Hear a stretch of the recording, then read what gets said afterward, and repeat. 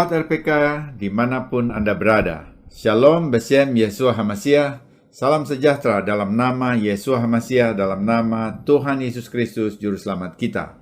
Selamat mengikuti siaran Tekiyah, Telaah Kata Ibrani Alkitabiah, bersama saya Gembala Benjamin Obadiah, Ketua GKMI, Gereja Kehilat Mesianik Indonesia Jakarta. Siaran Telah Kata Ibrani Alkitabiah ini dimaksudkan untuk menggali kebenaran Alkitab dari bahasa dan masyarakat Ibrani yang menjadi persemaian tubuhnya iman Kristiani kita yang berasal dari tanah perjanjian Israel di Timur Tengah.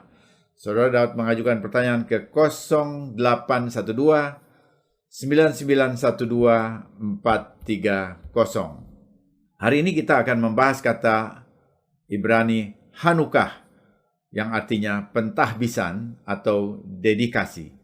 Dalam bahasa Ibrani, ini dieja Ket Nun Kaf He, dibaca Hanukah. Hanukah dikenal sebagai satu perayaan di Israel. Hanukah, pentahbisan bait suci di musim dingin. Yohanes 10, ayat 22 dan 23. Tidak lama kemudian, tibalah hari raya pentahbisan bait suci di Yerusalem. Ketika itu musim dingin, dan Yesus berjalan di bait suci di Serambi Salomo. Yesua datang untuk ikut merayakan hari raya pentahbisan ulang bait suci 2. Ia bukan saja ikut mengingat peristiwa yang terjadi sebelum kelahirannya, tetapi ia hadir di bait suci 2 yang ditahbiskan ulang sesudah dicemari oleh penguasa Yunani. Perayaan pentahbisan bait suci tersebut dalam bahasa Ibrani dikenal sebagai Hari Raya Hanukah.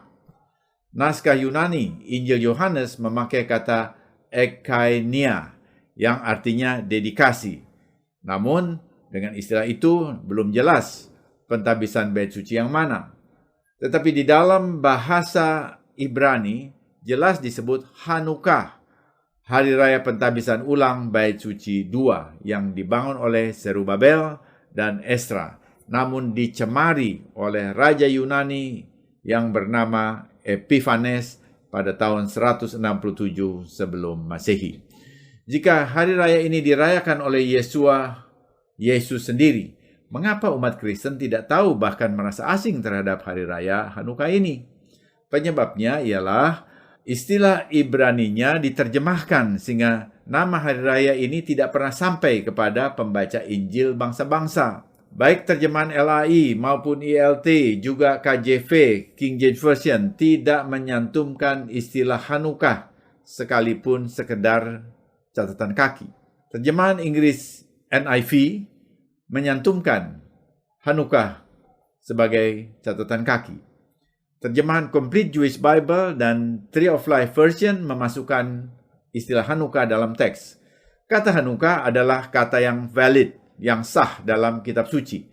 Karena kemah Mose, juga bait suci Salomo, dan Zerubabel selalu ditahbiskan Hanukat Hamizbeah sebelum digunakan. Sekalipun tidak termasuk dalam Moadim atau 7 hari raya yang diperintahkan dalam Imamat pasal 23, Yesua tetap merayakan Hanukah yang merujuk pada pentahbisan ulang bait suci 2. Jadi, Hanukah dapat dikategorikan sebagai tradisi yang didasarkan pada pertolongan Tuhan yang nyata dalam kehidupan umatnya. Yesua ikut merayakan tradisi ini.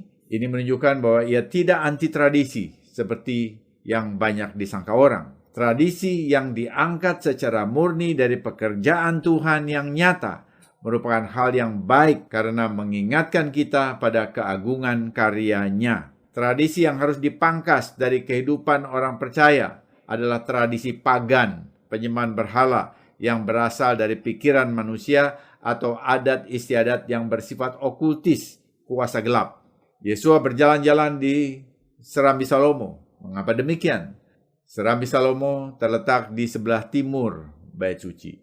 Di tempat itu sekitar 200 tahun sebelumnya, Antiochus Epiphanes, Raja Yunani, mencemari bait suci dengan mendirikan patung dewa Zeus, suatu kekejian di hadapan Elohim Israel. Jelas Yesua berpihak kepada kekudusan bait suci. Hanukah dirayakan pada tanggal 25 Kislev dan saat itu adalah musim dingin. Bulan Kislev dapat disejajarkan dengan sebagian bulan Desember.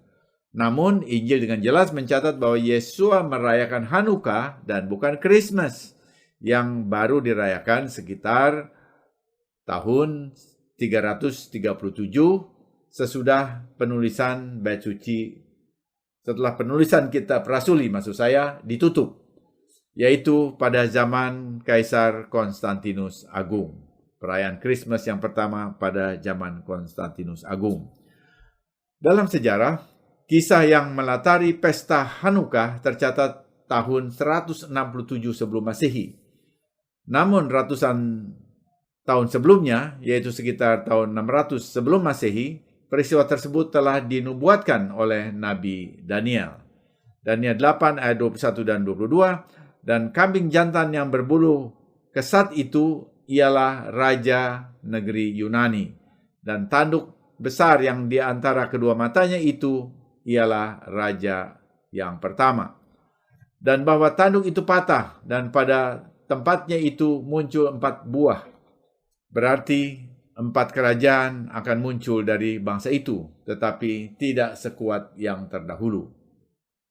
Nubuat dalam 2 ayat tersebut menjadi kenyataan 250 tahun kemudian, ketika pada abad 4 sebelum Masehi muncul kerajaan dunia Yunani yang dipimpin oleh Alexander Agung, 356 sampai 323 sebelum Masehi. Dalam 6 tahun setelah ia menggantikan ayahnya yang terbunuh, Alexander dapat mengalahkan kerajaan dunia Persia yang dipimpin oleh Raja Darius. Kekuasaan Alexander bukan saja di bidang politik. Helenisme sebagai budaya Yunani pun merambah dunia. Bahasa dan cara berpikir Yunani menjadi ciri peradaban dunia. Walaupun Alexander tidak memperlakukan bangsa Yahudi dengan buruk, paham Helenisme yang disebarkannya telah mengubah cara pandang orang Yahudi terhadap dunia, sehingga ini mengancam kepercayaan mereka. Tepat seperti yang dinubuatkan oleh Nabi Daniel, setelah Alexander mati, kekuasaannya dibagi kepada 4 jenderalnya, yaitu Kassander, Lysimachus, Seleucus, dan Ptolemy. Seleucus menguasai Babylon, Medi, dan Syria, termasuk Yudea di Israel. Setelah Seleucus mati terbunuh, tanah perjanjian Kanaan diperintah oleh saudaranya yang bernama Antiochus IV, yang menjuluki dirinya sebagai Epiphanes, yang artinya yang mulia, Tuhan yang menjelma. Ia sangat membenci kepercayaan Yahudi karena dianggap merusak keperuntungannya. Epiphanes menggantikan imam besar yang sedang menjabat dengan seseorang lain yang bernama Menelaus, seorang Yahudi Helenis dari suku Benyamin yang sesungguhnya tidak berhak atas keimaman karena bukan orang Lewi. Di bawah boneka Menelaus, proses Helenisasi semakin merusak kepercayaan iman Yahudi. Epiphanes memerintahkan untuk, pertama, melarang mempelajari Torah, ibadah Sabat, dan hari raya yang ditetapkan dalam Torah. Sebagai gantinya, ia memerintahkan untuk memakai nama Yunani kepada orang-orang Yahudi, memakai pakaian Yunani, makan makanan Yunani, semua yang dimakan termasuk babi, udang, sejenisnya yang tidak bersih, tidak kosher menurut Torah. Dan ia juga memerintahkan untuk menyembah dewa-dewa Yunani. Yang kedua, ia memerintahkan untuk mencemari tata penyembahan di Bait Suci Yerusalem. Kerusakan parah tidak terhindarkan dalam tata ibadahnya. Yang ketiga, memerintahkan mencemari mezbah di Bait Suci dengan mempersembahkan babi kepada patung Zeus, dewa tertinggi Yunani. Ini tidak kosher dan ini adalah kejijikan bagi Tuhan. Suatu sumber menyatakan ini dilakukan pada tanggal 25 Desember dengan ingatan pada ulang tahun dewa Zeus. Mereka yang menolak diancam hukuman mati. Perilakunya membuat orang Yahudi menyebutnya Epimanes, yang artinya orang sinting. Kejahatan Antiochus Epiphanes ditulis dalam kitab Makabe, yang tertulis dalam kitab atau yang termasuk di dalam kitab Deuterokanonika. Mendengar kedurjanaan Antiochus Epiphanes, kita merasa orang ini harus dihentikan dari mencemari bait suci yang kudus. Dalam hal pelecehan agama Yehudim dan bait suci oleh penguasa Yunani, di mana keberpihakan kita sebagai orang percaya bangsa-bangsa? Ya, di mana keberpihakan kita dalam perang penguasa Yunani melawan orang Yahudi yang saleh. Dari segi asasi, dari segi hak asasi, kita berpihak kepada Israel. Dari segi keumatan dan kekudusan jelas kepada Israel juga, yang merupakan umat perjanjian sejak zaman Abraham. Hanya ada juga orang-orang Kristen, bangsa-bangsa, yang merasa lebih dekat kepada Yunani, karena bapak-bapak gereja adalah orang Yunani, dan perjanjian baru umumnya tertulis di dalam bahasa Yunani. Dan ada juga perasaan yang tidak suka kepada bait suci, karena melibatkan pengorbanan binatang yang dipahami sudah dihapus sesudah penyaliban Yesus. Namun, kita harus melihat bagaimana Yesus Kristus bersikap. Ia datang ke bait suci untuk merayakan Hanukkah, pentahbisan bait suci yang menunjukkan keberpihakannya kepada bangsa Israel yang mempertahankan kekudusan bait suci. Sikap ini dipegangnya secara konsisten. Misalnya, ketika pengurus bait suci tidak menjaga kekudusan bait suci dengan membiarkan para pedagang mencemari bait, Yesua bereaksi dengan menjungkir balikan meja penukaran uang dan meja jual beli hewan. Markus 11 ayat 15. Jadi kita harus berpihak kepada pihak yang mempertahankan kekudusan bait suci, yang dalam hal ini adalah Israel, bukan Yunani. Hal lainnya, peristiwa Hanukkah tidak terlepas dari perang antara penguasa Yunani dan kaum militan Israel. Apakah kita sebagai bangsa-bangsa murid Yesua perlu ikut merayakan hari raya Hanukkah ini? Kalau Yesua merayakannya, mengapa kita sebagai murid-muridnya tidak merayakannya? Tentu kita mengikuti teladan junjungan kita dengan cara merayakannya. Tanpa Hanukkah, mungkin kita tidak pernah melihat Yesua lahir di Bethlehem. Karena semua orang Yahudi sudah berasimilasi, bercampur menjadi Yunani. Peristiwa Hanukkah terjadi untuk memagari agar Yesua dapat lahir sebagai anak David, anak Daud, Raja Israel di Bethlehem. Kita lihat lagi selanjutnya, penindasan dan pencemaran oleh Epiphanes mendorong perlawanan orang-orang yang setia pada perjanjian Tuhan. Modi'in adalah sebuah kampung yang berpenduduk kira-kira 1.000 orang dekat Yerusalem. Di situ ada imam yang bernama Matatias dari keluarga Hasmonean. Pada tahun 167 sebelum Masehi, ketika penguasa Yunani memerintahkan penduduk menyembah berhala Yunani, Matatias bersama kelima anak laki-lakinya menolak dan melakukan perlawanan. Tanpa dapat dihindari, perang terjadi. Matatias meninggal sebelum perang usai. Sebelum meninggal karena tua, Matatias memberkati anak-anaknya dan berkata, "Hasak fa'amats," jadilah kuat dan berani. Matatias menunjuk anak ketiga, Yuda, yang dijuluki Makabe, yang artinya palu atau hammer. Anak muda ini bersama pengikutnya yang disebut kaum Makabe menggalang segelintir kekuatan untuk melawan penguasa Helenis secara bersenjata. Ketika dihadapkan kepada pasukan Epiphanes yang jauh lebih besar, Yuda mendorong pasukannya untuk beriman bahwa Tuhan bersama mereka. Adalah suatu yang mudah untuk membungkam dan yang banyak di tangan yang sedikit. Bagi surga tidak ada perbedaan untuk menyelamatkan dengan banyak orang atau dengan yang sedikit orang. Karena kemenangan dalam peperangan tidak bergantung pada banyaknya massa, tapi pada kekuatan dari surga. Kita berperang untuk hidup kita dan untuk Torah. Dan Dia sendiri akan menggelisahkan mereka di depan kita. Tapi untukmu, jangan takut kepada mereka. Itu kata-kata Yuda Makabe kepada para pengikutnya. Ini mengingatkan kita akan perlawanan Gideon yang hanya dengan 300 orang mengalahkan puluhan ribu tentara Midian. Sejarah berulang, the history is repeated. Tuhan memberkati perlawanan Makabe dengan mujizat di medan perang. Tercatat ada 2 kali perang besar. Yuda Makabe dengan 4.000 orang mengalahkan 40.000 tentara Yunani. Kemudian dengan 10.000 orang ia mengalahkan 60.000 tentara Yunani.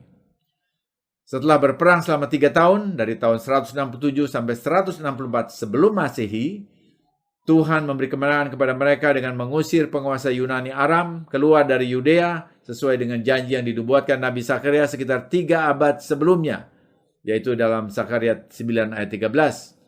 Kemenangan ini mengingatkan firman Tuhan melalui Zakaria, bukan dengan keperkasaan dan bukan dengan kekuatan, melainkan dengan rohku, firman Adonai semesta alam. Zakaria 4 ayat 6. Kaum Makabe memasuki bait suci dan membersihkan dari simbol-simbol berhala dan patung-patung yang ada di bait suci.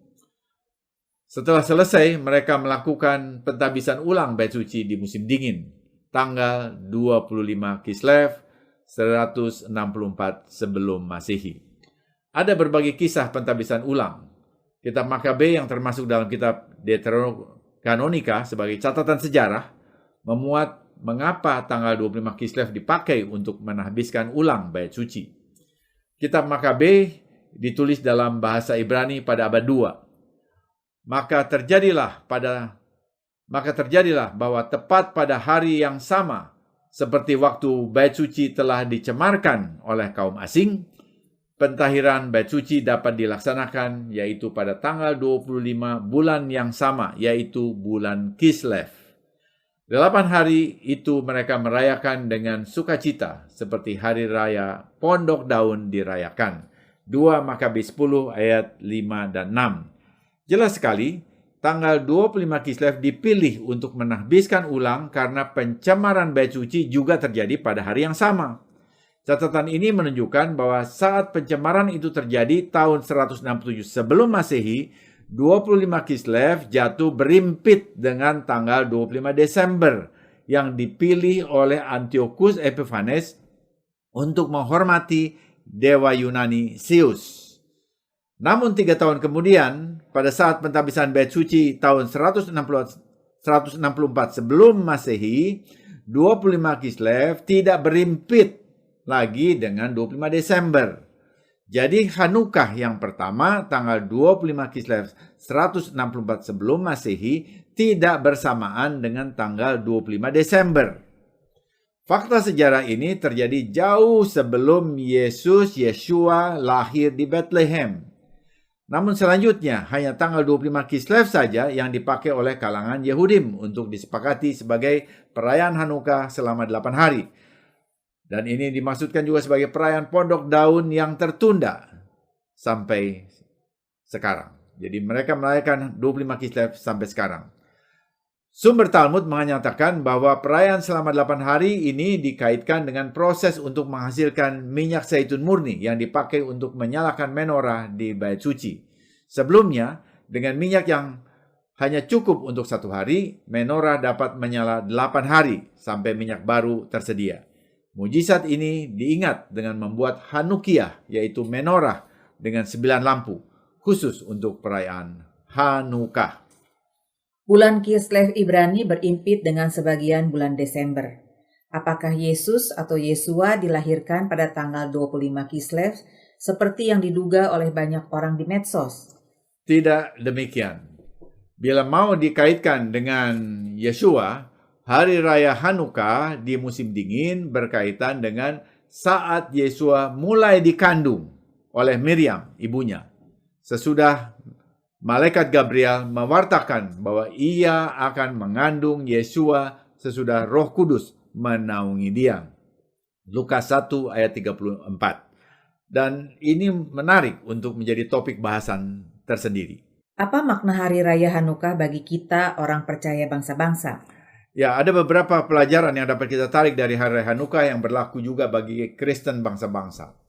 Yang pertama, Hanukah menyatakan suatu kebenaran, jumlah yang sedikit, minoritas, sekalipun bila disertai Tuhan, akan sanggup mengalahkan jumlah yang besar. Hanukah menyatakan kebenaran firman Tuhan, bukan oleh kuat dan gagah, tetapi oleh rohku, firman Tuhan semesta alam. Zakaria 4 ayat 6. Yuda Makabe memahami kekuatannya tidak seberapa dibandingkan dengan musuh, tapi ia percaya bahwa Tuhan menyertai dia. Dan dengan iman, ia memenangkan peperangan. Dengan iman dan apa yang ada di tangannya, ia berperang dan menang.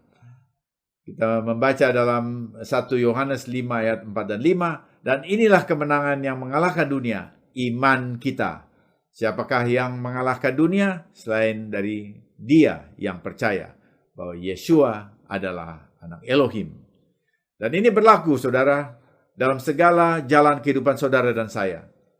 Dalam pekerjaan, usaha, dan pelayanan, dan dalam kehidupan bermasyarakat, bahkan dalam suasana COVID-19 sekalipun, iman kita mengalahkan dunia, seperti yang dikatakan oleh firman Tuhan. Yang kedua, Hanukah menyatakan kemenangan kekudusan terhadap kedagingan dan keduniawian.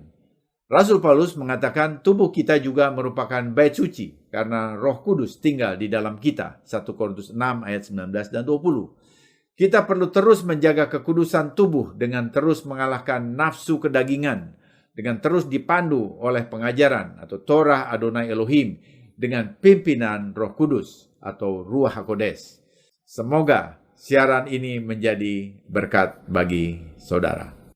Informasi bagi saudara.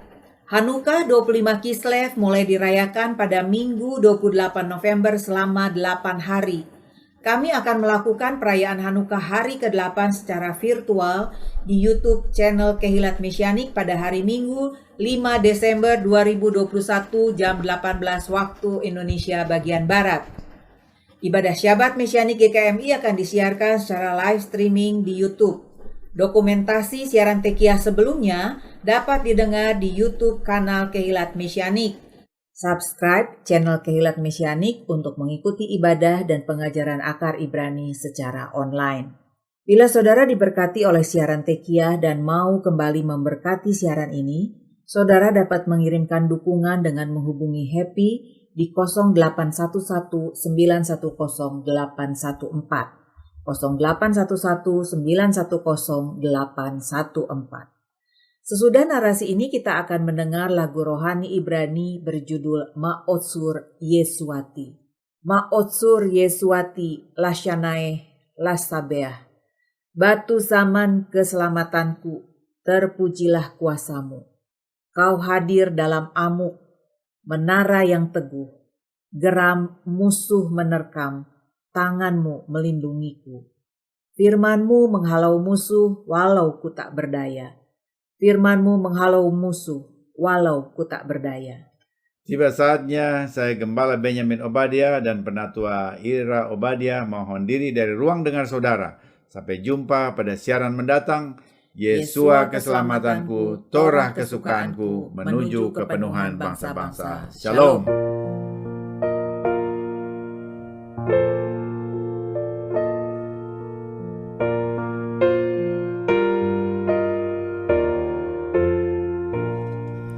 Ma'otsur Yeshuati Lechana El Neshaber